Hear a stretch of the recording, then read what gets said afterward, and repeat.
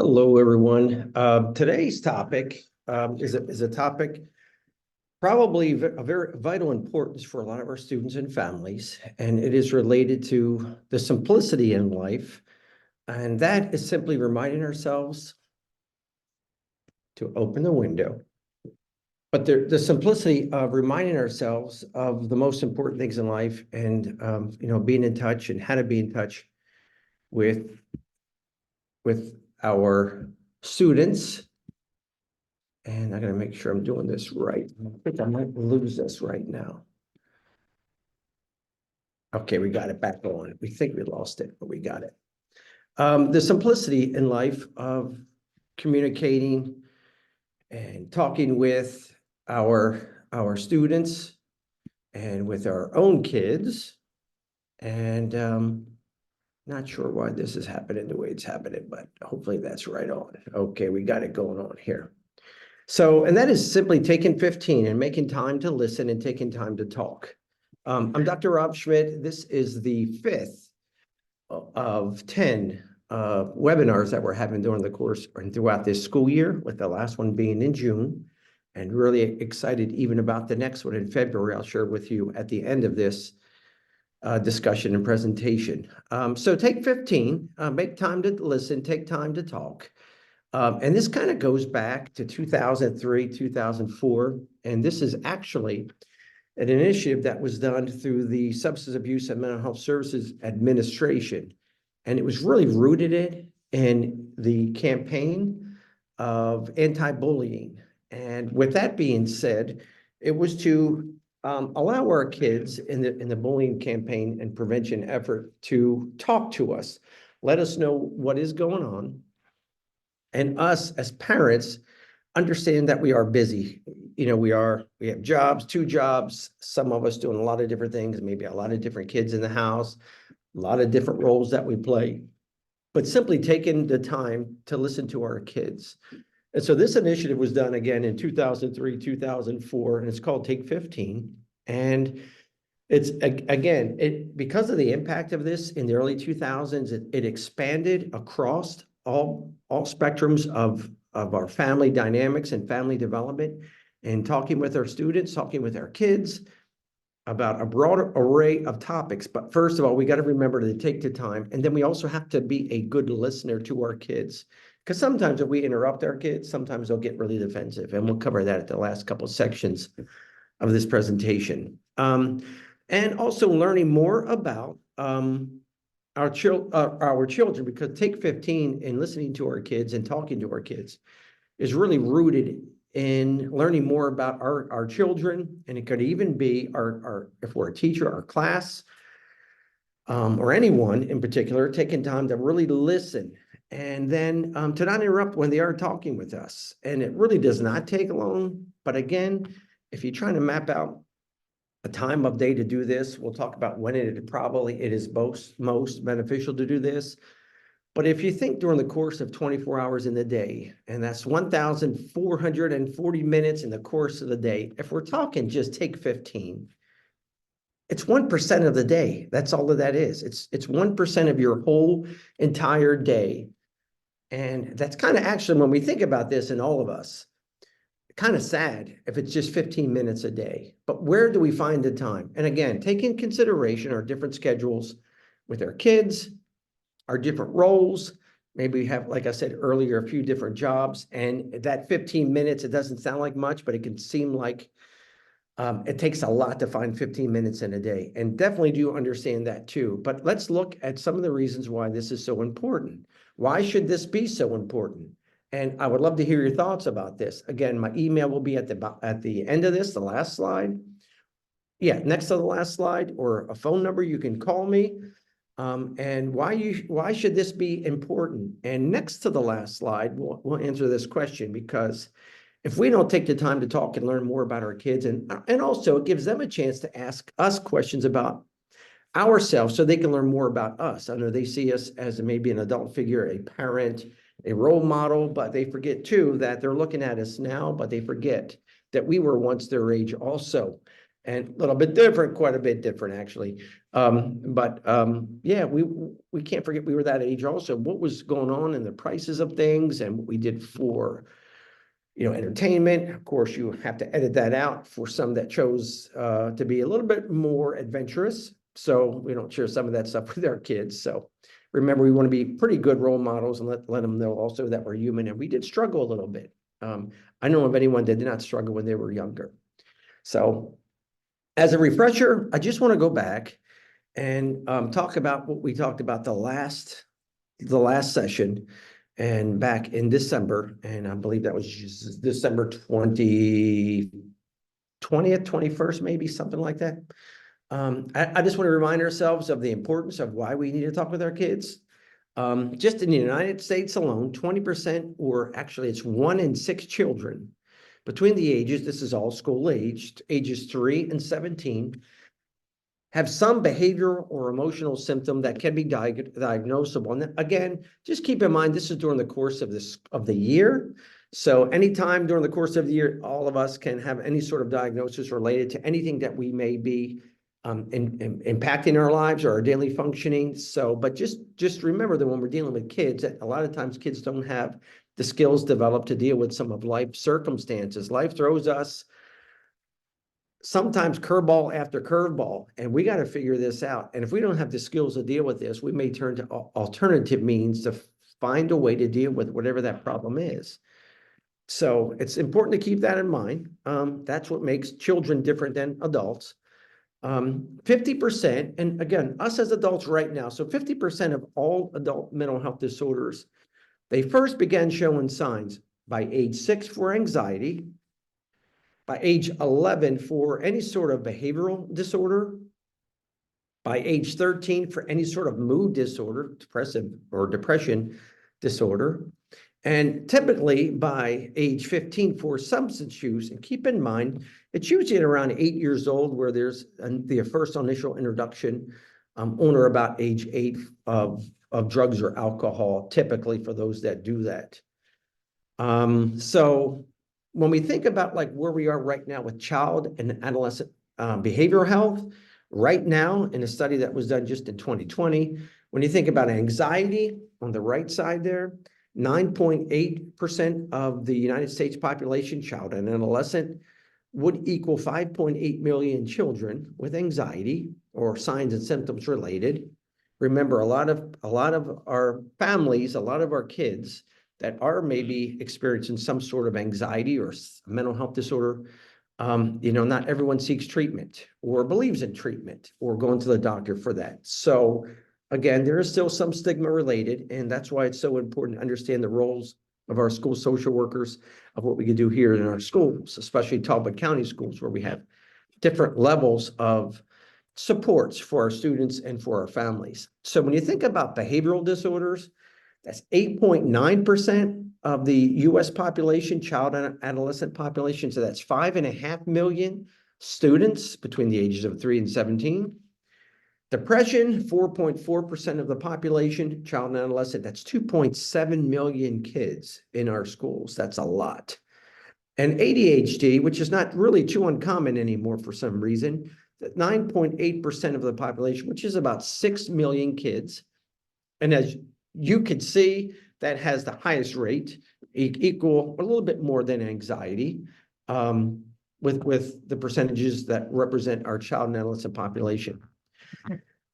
Now, if we look at this, where we are right now with the digital age in the 21st century parenting, now I want to back up just a little bit because parenting is, again, the toughest job in the world, and it's probably the toughest job in the world that comes with no manual how to be a good parent. And most of us are parents, much like we are or receive from our parents. So we represent our parents, like we parent how we were parented. Sometimes it's not always the best thing, believe me. And other times it's a way for us to expand or improve how we were parented to become better parents. The flip side of that is we may try to overdo things and really mess things up because we try to control maybe a little bit too much as the child gets older, which is a different subset of parenting. So the digital age. So what, and it was a recent study that was done in 2020 about parenting. and parenting in the 21st century. And you know what was found in this pretty significant study was that there was a pretty extreme social disconnect in our kids, pull back, isolation from our communities and from our families. So more self-isolative, more so I'm going to use the word addicted like I did in our December webinar, addicted to our phones and to our computers, and always trying to be and find out what is the latest, or trying to maybe evaluate our self-worth based on the likes, or how many likes we get from others, or how many connections we have online with any sort of our social media sites. So again, basing our self-worth on what others perceive, how we perceive others think of us, which again, is there a problem there? There's a problem there, of course. And then parents feeling less in control of their children and feeling less room to have any sort of influence over their children, because again, they are going against, as parents, we are going against what the child's holding in their hand with either the phone or a computer or iPad. I don't know what that might be. And sometimes parents take advantage of this. And if the child's quiet, that's all said and good because they're not bothering me. But yet again, they are on social media, or they are on some kind of game and living off of a game. And again, we talked about this last visit also in our December with Corporal Faggett from the Talbot County Sheriff's Office, when we talked about social media's impact on us and our families, is that, you know, in our studies, we do know that there's an addiction related. Your brain craves that. The amygdala craves that piece of excitement and investigative kinds of things of what else is out there. Like we can't have to be on the cutting edge. We have to know everything that's going on, or we want to know here and now. And that can create a problem if I have a chore to do. So again, that parents feeling less in control, very true. I definitely agree with that study, with this study here.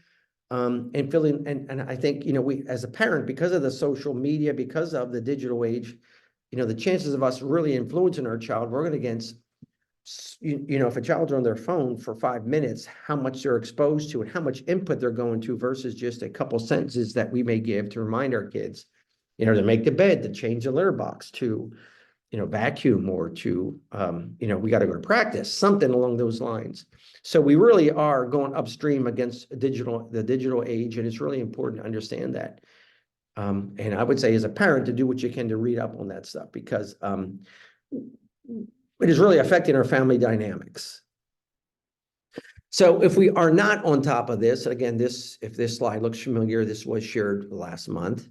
You know, if we rely as parenting on leaving our kids grow on the digital age networks and the media platforms, you know, just keep in mind, and I want to make you a little bit paranoid here, as you should be, but comfortable and confident at the same time. I know it's an oxymoron, but I want to make sure that you know that on average, this is a daily average, there are 500,000 online predators coming after our kids every single day. Every day, 500, this is just in the United States, according to the most recent FBI statistics. And this is social media, online grooming by predators that are out there to exploit our kids, to befriend them. Most vulnerable ages, again, is between, if you look at the ages 12 and 15, that's pretty much, you're getting into, what's that, 7th grade through 10th grade, maybe? So that's a very vulnerable time, because it's also transitional grades when you're going into 7th grade from 6th grade, starting out anew, maybe. And then when you're going into high school, going into another grade. So that makes up over 50% of all online sexual exploitation, the target. Again, when we get in the middle and high school, we think that, you know, as parents, we can maybe back off a little bit or feel a little bit more relaxed. And we do see that in back to school nights, you know, at the high schools and middle schools. We see elementary school where, again, pretty good showing of parents, really good showing in elementary school of parents' engagement, coming back to know their teachers, talk to their teachers, support our kids. And when we get to middle school, we see a 50% reduction of that. And then by the time we get to high school, back to school night or meeting with the teachers, it drops off like off a cliff, where parents pull back a little bit thinking that they don't need to. But I just want to reassure you, with all the statistics that are out there related to any sort of mental health or predators, that's probably at a time that our kids need us most. And I know developmentally, they're at a stage where they want to gain their independence, right? So what do they want to do in the meantime? They want to push us away. Well, unbeknownst to them, they still need us, while they can make their own choices and decisions, but sometimes at the same time, their choices and decisions are rooted in what they want, not necessarily what the better outcome is, or what may be perceived as dangerous from a parent perspective. So that's where the struggles come in, and you get into a little a tug of war with some of that stuff.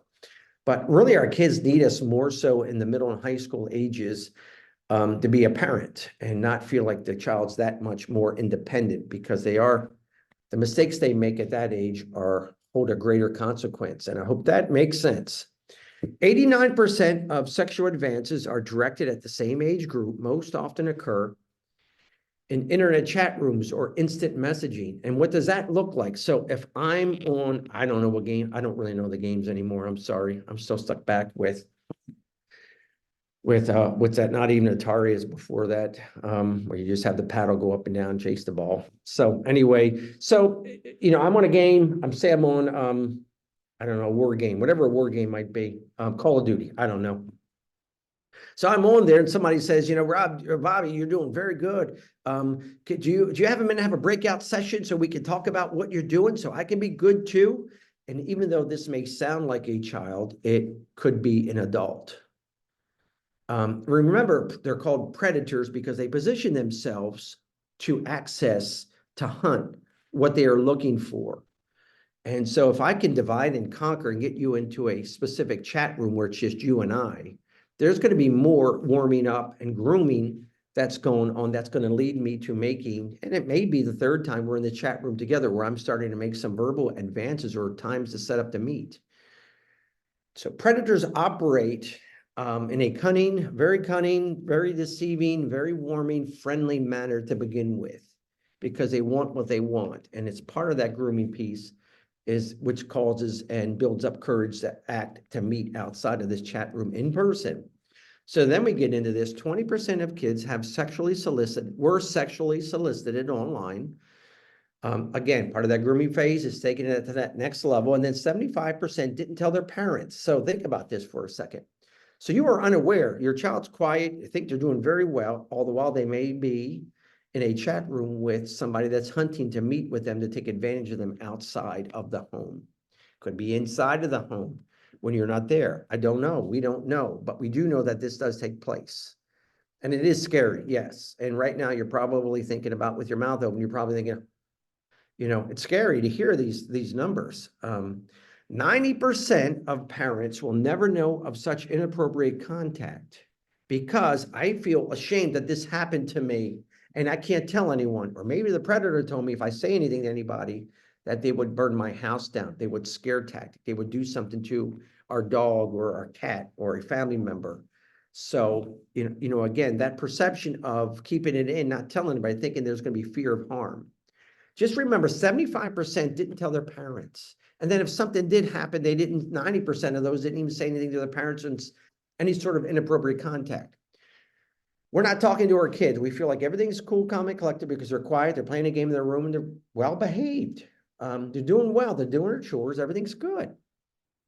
If we're not communicating, we don't know. 14% of kids met online predators, again, in person. 75% of these met more than one time. It's pretty scary. These are innocent kids playing a game. Again, we have to know what's going on, what games, what information is going on with our kids. And it's very important, the simple communication.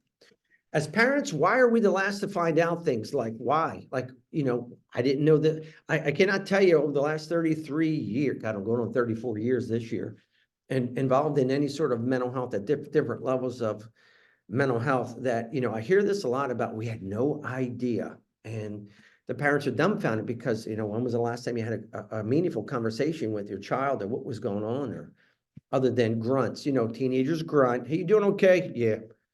Everything good? You know, those kinds of things. But it takes more effort on our end sometimes, just typically in normal, to get an appropriate response from our kids. So, and that's why we're going to get to some of these things in a few more slides. So as parents or trusted adults, when you think about this, when you think about even like suicide, because the suicide rate in our child and adolescence is really off the chart, really at a critical phase, some of the highest numbers we've ever had.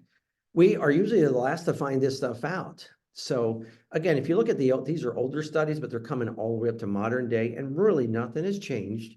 91% of teenagers surveyed indicated that they would first tell a friend of their suicidal thoughts. 80% of suicidal individuals give verbal or behavioral clues of their intentions in advance. If you look at Dr. Pfeiffer's research in '89, and it's a long time ago, but just remember all of these statistics are still relevant today, and I include them in my risk manual.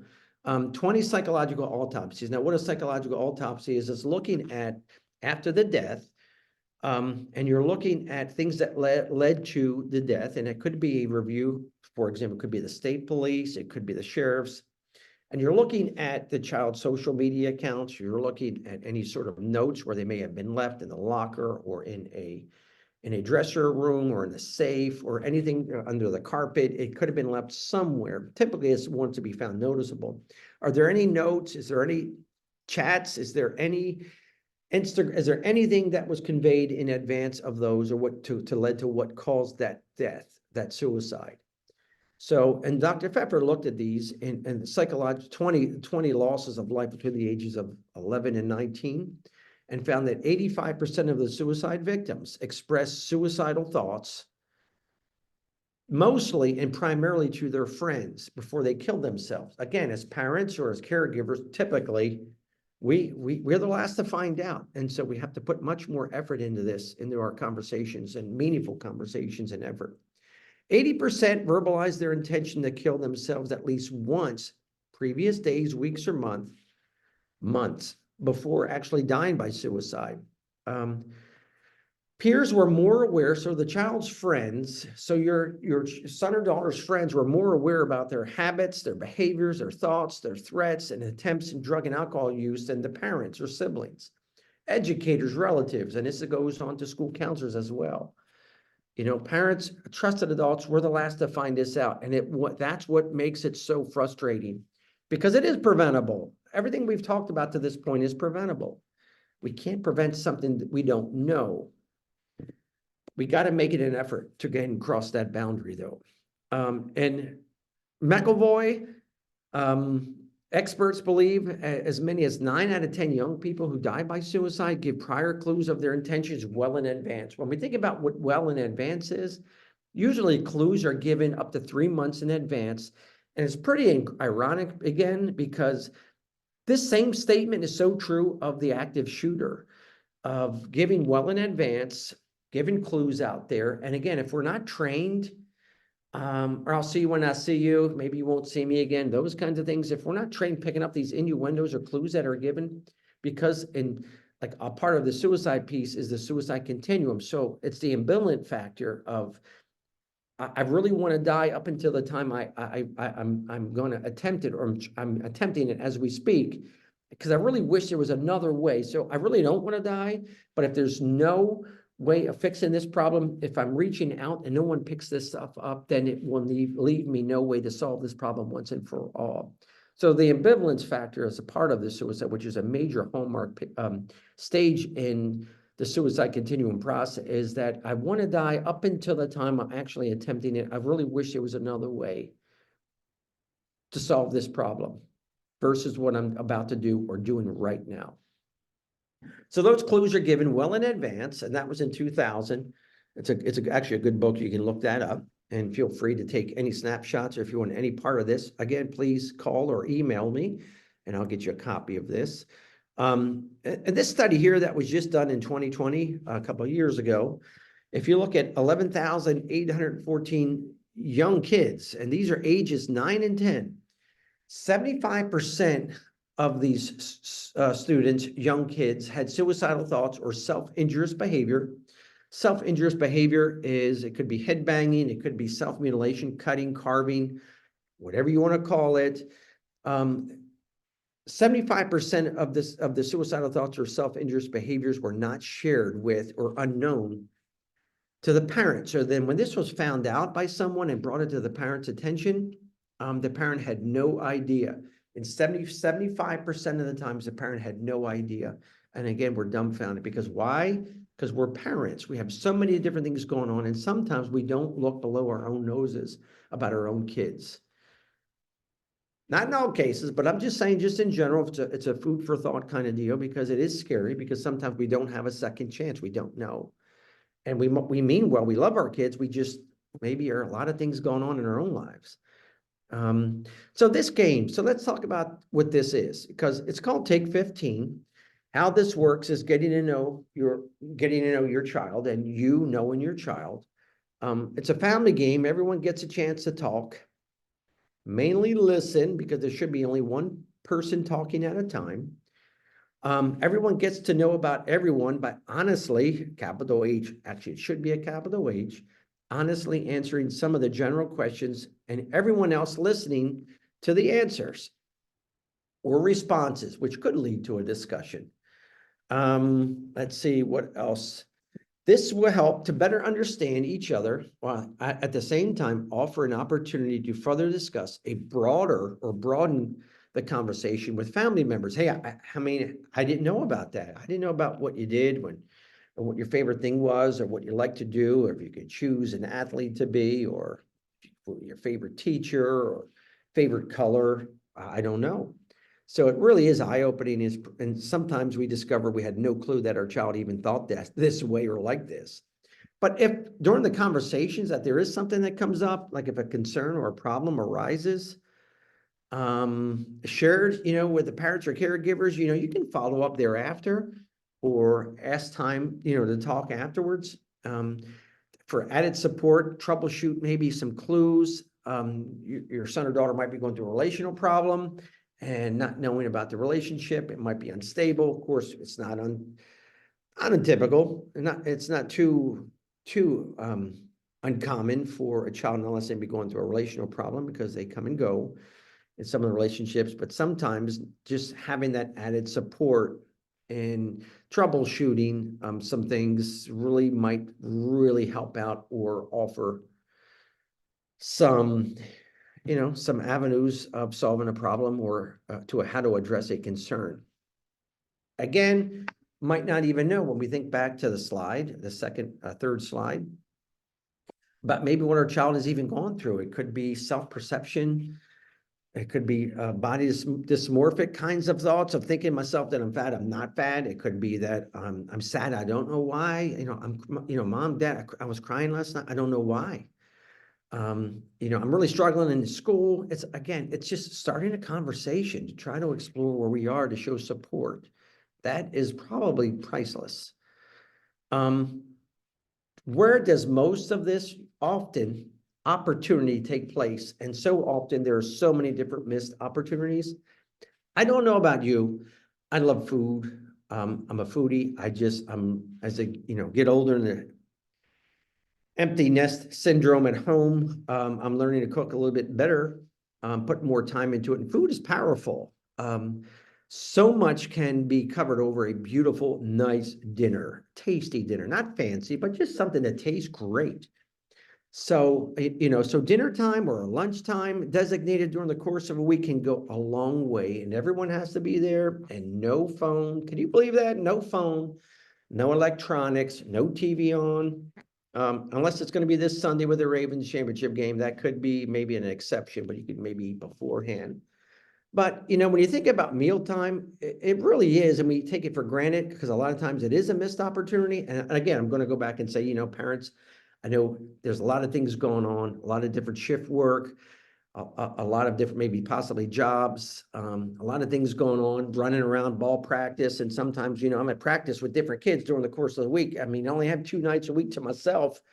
So, and I understand that, but again, it's take time to talk, make time to listen. I may have that reversed, but you understand. But let me look back here at some of the studies that were done at Harvard University recently. And again, the sources are at the bottom, but only 30% of families eat together on a regular basis. Now, what they consider a regular basis is, 4 or 5 times a week. So there's opportunity there, and could be earlier or later, but we'll look at the time in a few bullet points. So 80% of teams in this study reported dinner is the time they are most likely to meaningfully engage and talk with their parents. Again, food is a distraction if you're really enjoying the food. It kind of lets our guards up, and it's kind of like art therapy or music therapy. It distracts us a little bit, or play therapy. It gives us a chance to talk about things because we're distracted with other things. But food is really incredible. And what's even better than that, if you have a child or children, and you could provide them with different roles to help you to contribute to making the meal. If it's just even prep work, like chopping up onions, for example, or taking something out of the refrigerator, or helping to clean as you're making a mess, which I do during dinner time. Just being a part of it, because when you think about our family we really are a team, and each one has a role to make it successful. So, if you can get your child to engage in the prep work for dinner, goes a long way. So 91% of families notice the family was less stressed when sharing a meal together. Can you believe that? So why? I don't know how that is possible. Well, because again, it's having conversation, feeling like we're together, sharing some concerns maybe, and we'll get to some of the questions that we're going to ask as potential questions during dinner time. 91%, that's a lot, of the families felt less stressed when they were eating together. Again, togetherness is unity, and presenting as one family unit. So that's awesome. That's incredible. 84% of adults wish they could share a meal with a loved one more often. Again, that 84%, I can just sense. I don't know if you can sense it, but I can sense the frustration because, I may be in the fire department, I might be in the police department, and I have shift. I got to work. I'm working 4 to 12 tonight. I don't have a chance to be home. But even if you just pop in on the phone, to do the chat on the phone where you can see each other, just something for a few minutes, just to pop in and say, hey, how you guys doing? We could do that during the course of an hour. Fire department, again, might be away. Military, definitely understand that. But even if it's something during that shift month that you're working that time or week, could help. Or you might be working another job, but there's ways around just to pop in to show you're a part of that, of the family unit. When you're not there, really important, goes a long way. So when dinner is served, and this is pretty incredible, this is part of also the Harvard study, when dinner is served by 6:15 p.m., 6:15 p.m. So when it's served by then, parents spend, and what they found in this longitudinal study, a long study over several years, 27% of the parents provided more time reading to their children at night, which is incredible. 18% more time playing with their children, and 14% had more time for their kids, and 11% more quality time together playing with their kids or just hanging out with them. So food, when we talk about how food is powerful, it means in many ways, because it brings us together, again, that unity phase, really important to understand that. Having a set family meal environment. So in other words, when we know we're going to eat every day at, say, 5:30, I don't know, everybody's a different time. But when you have that, say you're eating at 6 o'clock every day, if you could do that, you're incredible. It's in this study, it looked at girls at age 6, and the prediction was, and what they found is that they were found as you get older, it predicted an earlier bedtime, decreased use of soda, soft drinks, and sweets, more classroom engagement, and fewer behavioral problems by the age of 12. Again, 12, critical age, right? So that's, again, looking at about age 12. What is that? That puts us at about 7th grade, maybe 6th grade, maybe somewhere around in there. Boys at the same age 6, what they found was an earlier bedtime, had less anxiety, and more pro-social behaviors by the age of 12. And Can you believe this is going back just to a set dinner time that we have every day? You know, we have structure and we know kids need structure. Unfortunately, as us as adults, I'm going back again. You know, we have jobs sometimes that maybe carries over different shift times. So definitely understand that piece. If you can find a few days during the week, that's going to be priceless. It's hard juggling everyone's schedules with the more kids you have. I definitely understand that too, believe me. So when we look at some different types of getting started questions or sample questions to begin a conversation, you know, again, you can look up anything or you can come up with your own questions. I'm just giving these out there to you. You can take a shot, picture shot of these with your phone. Like, what was the best thing that happened to you today? You know, these are just sample questions, and you can empower everyone, like each one can pick a question. So, but you can choose one person. If you want to choose two, great. And then your child can choose a question also, or what they would like to learn more about you they see you as a mom or a dad or a grandparent. But again, forgetting that when you were 13, what was your favorite song? You know, so they can get to know you also. You know, we're not just older. We were kids once too. So what do you love about school or mom? What do you hate about your job, or what do you love about your job or work? Do you have a favorite sport to play, or like, what do you like to watch? You know, or did you play any sports in high school, or did you do any rec, or who's your favorite quarterback? You know, those kinds of things, or who is your favorite team? I don't know. You know, do you like the Olympics? You know, what is your favorite event? What does success mean to you? Like, what does it mean when you hear, like, you're doing a great job? What does it mean to be successful to you? What makes you scared? Like, you know, Dad, have you ever been scared? Like growing up or now? Like, what makes you scared? What is your favorite sports player? Like, who was your favorite sports player, rather? What do you remember about your first day at school? Do you remember maybe what you wore at school? And as parents, we might have a picture. We might knock the dust off of those boxes and be prepared for this, and maybe show a picture of what we look like in school. Oh my God, some of us had incredible Billy Ray Cyrus hair, and some of you may not even know who Billy Ray Cyrus is, but anyway. So, you know, it goes back to those kinds of things, showing that you were a kid once, you were young once. What three things make a person popular in your school and at work? Like, what do you think? What do you think makes someone popular? And that's a great discussion, because you can find out what people think that they're cool, or who your child perceives as cool. It's not for the right reasons. So it's good to discuss that. What makes you laugh? Like, what's funny? What's humorous? What is your favorite TV show?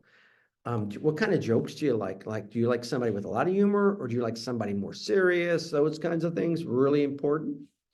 Again, we can get into pets. I mean, there are so many questions to ask. What do you think some kids or adults, why do you think some kids and adults dress so differently? Good question, you know? And we could talk about the appropriateness of dress for success at work, and maybe wearing jeans with holes in them during the course of the week and doing home improvement stuff or cutting the grass, the difference, you know, what's acceptable. How about this? What makes you angry? Like, when was the last time you really lost it, and why? Good conversation to look at, because there's so much more to read into that. Let's see, where would you go if you could travel anywhere in the whole wide world? Where would you go? Any ideas? Good to explore. What is a skill you wish you had, and why? Like, what do you think you would like to learn more about? Like, I personally would like to learn more about electricity, but I'm kind of like a little bit of afraid, other than thank God for YouTube, which guides you through some of that stuff. What is your favorite hobby? Like, what do you do? What do you like to do? Do you like journaling? Do you like drawing? Like listening to music? I like to travel. I like to go on a bike ride. Just like sitting on the end of the pier, maybe. I like going fishing. I like going hunting. You know, it could be anything. What do you like to do? And you may find out from your kids, you didn't know they like that, or they want to do it. Pretty cool. What one thing would you do to make the world more peaceful? Whoa, now we're getting into the heavy hitter question. Like, what do they perceive as peace, war, fighting, those kinds of things? What would they do to contribute? And what are they doing right now to make the world a better place? Good question. Broadens the expansion of of the brain and thinking, and you find out more about what your child is made of. It's really pretty good. And as parents, we can also you might choose to have everybody answer the same question. I don't know. Do you like being challenged? Like, what's challenge mean? Like, what does it even mean? And like, how would you want to be challenged? Like, what are you thinking about? What kinds of people interest you and why? Name one thing you would change about yourself. Whoa, what change about yourself, and why would you want to change that about yourself? You'll find a lot of self-esteem characteristics there that you didn't know how your child maybe thought of themselves. And they may see the same in you, and they didn't think, you need to lose weight. I don't know. You might want to change some things. You may want to run more. You may want to do something more. That's what I would change about who I am. So the great thing is it's just having a discussion. If you could write a book, like what kind of book would you write? Like what would the name of the book even be? Do you learn more about when you win? I mean, do you learn more when you win, or would you say when you lose? And that provides a broad outlook, a broad array of different kind of responses of handling tough times. What is your favorite top 2 foods? Like, and why maybe? Like, what do you like? Yeah, I didn't know you like Indian food. Wow, that's pretty cool. Nice food. And then, sometimes I'll use this in therapy sessions, with some people. One of so many different techniques. If you were walking along the beach and if you were by yourself and you were walking and you stumbled over something and you look down and there's something sticking up out of the sand and you pick it up and it kind of looks weird and you brush it off and you blow it off, it has sand over it, and you clean it off and you start rubbing the top to get the sand off, and a genie pops out and grants you 3 wishes, any 3 wishes in this whole wide world. What 3 wishes would you like to be granted to you? And what would you wish for? And give a few minutes or a couple seconds actually for a pause there, because that's incredible. I mean, that will tell you a lot about someone, about what they would wish for if they're thinking just about themselves, mankind, their family, someone healing.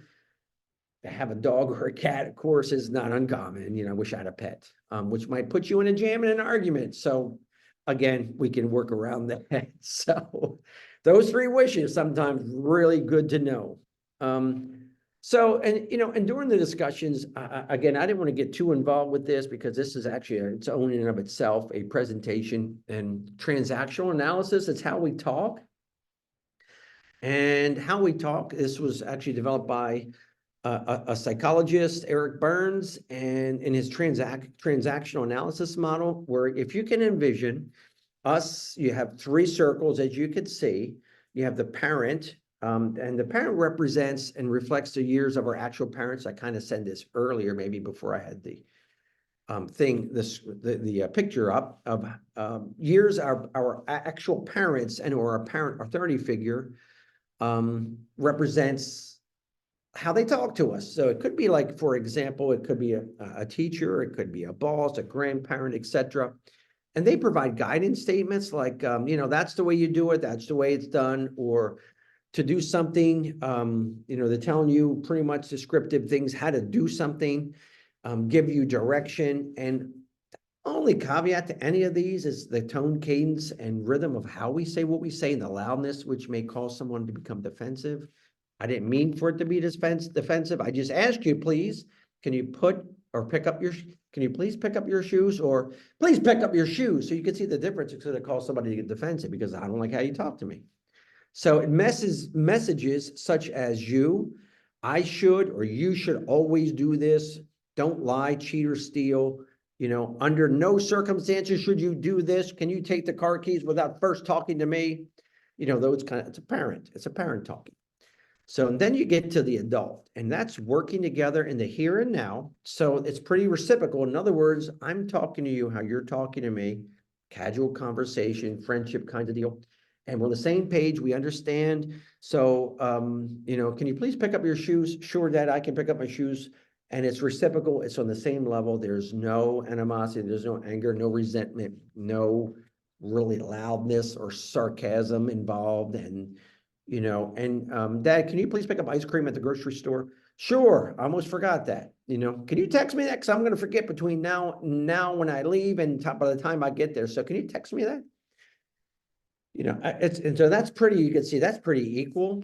The childhood or child, so you have the parent, adult, child, you can remember this like Pac. For those of you that remember like Pac-Man, so you have childhood or childlike responses or actions, and so it kind of would behave, feel, and think, may reflect that of a child, like if an adult receives a bad evaluation. So if I get a bad evaluation from my boss, I may regress a little bit, maybe look down at the floor, get sarcastic, or just get up and leave the room. I may cry. I may say something I wish I could regret. I may curse. I don't know. It's kind of like that child response. It's like you didn't get your way. I'm going to just leave or say something and get a dig in on you. So if you can look at this, the typical combination of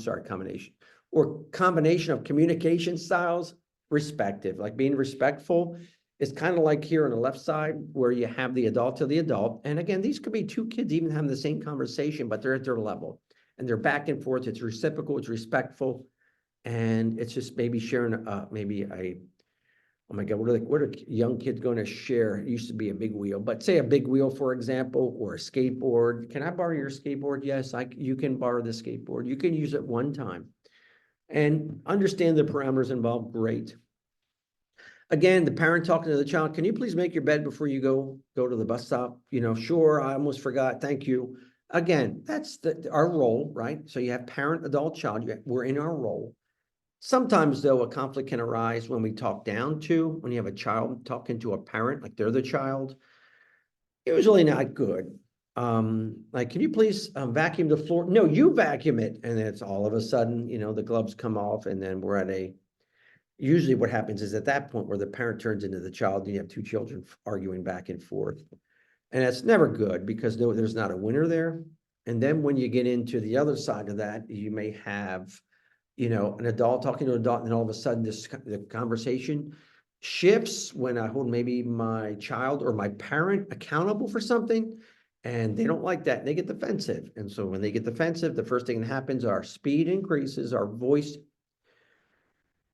loudens, and there's some sarcasm involved there, which usually doesn't go well for the other person, unless they catch themselves and maintain that role of being the adult or the parent. In other words, you don't take the bait. So why is Take 15? So why is this so important? It's pretty scary here, because if you don't take the time to listen or take the time to talk to your child, someone else will, and someone else will influence your child, and it may go against what your beliefs are. And it may be someone out there like a predator, because I don't have anything, no one really cares at home. My perception is no one really cares at home. So this guy or this girl is showing me time, or this group of kids, not really well connected in the community, all known for the wrong reasons. They might give me the time to listen and talk. So our kids are very vulnerable, and as parents, I know we're all busy, believe me. But making that time, to talk to our kids and making and creating that time to listen to our kids, and finding out what they're on in the internet and on Facebook or whatever else it is, we have a right to know that, especially if we're paying that bill. We should know what's going on sometimes, every now and then with check-ins, but this is usually cordially done over a good meal, and learning and talking and asking those questions over a good meal, and having family. You could have even a family game night. Movie night sounds good, but if you're going to have a movie night, which is always good, especially this time of year, I would go ahead with the questions and answers, like a fun night, and you can even make a little spinner from another game, and put your family member names in there and who the next question goes to, or they can choose who the next question goes to. And you can go over any of those questions we talked about, and share pictures when you were little and where you came from. Is pretty good to know, and really strengthens our family relationships and the understanding of, maybe I thought that you were doing well now, but I didn't know you lived such a difficult life growing up, and struggled. So, or mom.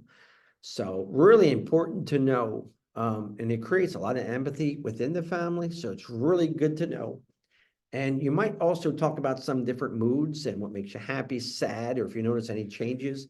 But, it's all in agreement with all the research that's out there that our social media should not be raising our kids, because it's for all the wrong reasons. And there's remember 500,000 predators every single day waiting to divide and conquer our kids for sexual exploitation. Please remember that. For mental health things that are going on that we may not even understand, but we notice some changes or we uncover in some of the discussions that we have. You have these local phone numbers here. If for whatever reason you have any questions before you even call one of these numbers, other than 911 in the case of an emergency, please feel free to call me here at the Board of Ed, and I would be happy to let you know what we have available in our schools with our community mental health providers that we allow to come into our schools, and we have social workers in all of our schools besides the mental health practitioners. And I would be happy to touch base with any of the thoughts or concerns that you have in addition. So we have a lot of resources available here in Talbot County Public Schools that you have to be made aware of, because one of my first opening statements for this webinar was one of the most difficult jobs in the world is being a parent. And it's probably the most difficult job in the world that comes with no instructions or a manual of how to be a parent. So, which leaves us, for the most part, winging it, how we were raised. So please feel free to call me anytime, and we will work through this together. Believe me, I've been in mental health for 34 years, and would be in an outpatient setting, a hospital setting, would be happy to talk with you and provide some options, or if you're not liking what's available in our community, I can help you find something maybe across the bridge or in Delaware. Not a problem at all. We'll figure this out. 2 brains are always better than 1 or 3 in trying to figure through a crisis situation. Now, I want to keep in mind, I'm going to plant the seed for next month's webinar, which will be webinar number 6. It's going to be on February the 28th, hopefully not a snow day, from 2:30 to 3:30. Very important topic, because we do know that's the sign. It's going to be on the signs and symptoms of child and adolescent depression. And I'm actually going to have a friend on with me, Dr. Jeff Bostic. He's a child psychiatrist, and through Georgetown University. Is it George Washington or Georgetown? I think it's Georgetown University. But he's going to be on with me.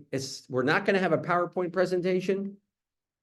I want to keep it a discussion and some ideas and troubleshooting what depression looks like in children, what it looks like in middle school, elementary school, high school, the difference between boys and girls, and then the various types of treatments that are out there for our kids, or identifying it within our kids, and then some adjacent or coexisting or comorbid kinds of diagnosis that would go along with things like anxiety, that typically goes along with later high school anxiety and depression. I mean, we're going to have a good discussion. It's a shame it's only for an hour, but if we get some more responses, we can maybe make that even a part 2.